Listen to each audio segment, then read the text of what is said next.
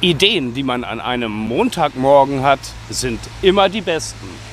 Eiskunstlauf. Den Channel abonnieren nicht vergessen.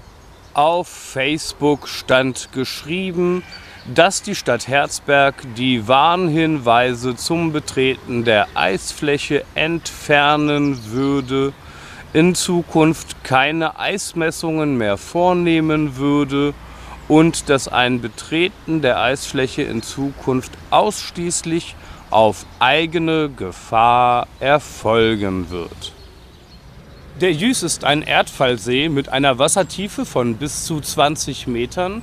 Der Wasserstand schwankt, da er über verschiedene Zuläufe verfügt und insbesondere regelmäßig eine Wasserentnahme für den Mühlbach erfolgt, sodass eine Eisfläche nicht immer tragend ist, selbst wenn es längere Zeit kalt ist. Früher sind wir auch in kalten Wintern davor gewarnt worden, das Eis zu betreten. Es hat damals tödliche Unfälle gegeben. Warum ein Risiko eingehen, wenn man zum Beispiel Flächen fluten kann, um darauf Spaß zu haben, wobei es so ist, dass diese Flächen schneller zufrieren würden und begehbar würden, als dies bei dem See der Fall ist. Statistisch gesehen verhält es sich wohl so, dass es nur alle 10 bis 15 Jahre so kalt ist und auch so langanhaltend kalt ist, dass der See zufriert. Flutet man hingegen eine Fläche, könnte man viel früher eine bespielbare Eisbahn schaffen, die von den Leuten genutzt werden könnte, auch wenn der See zu diesem Zeitpunkt noch gar nicht zugefroren ist.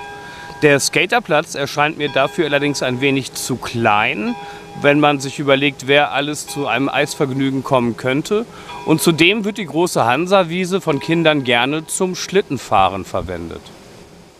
Windbruch hat im Domeyer Park für eine fast ebene Freifläche gesorgt, die man vielleicht fluten könnte. Das könnte vielleicht die Freiwillige Feuerwehr übernehmen.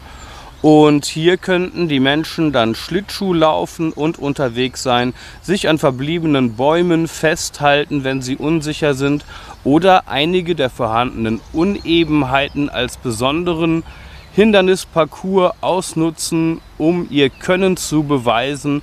Das wäre vielleicht eine spezielle Attraktion einer solchen Bahn.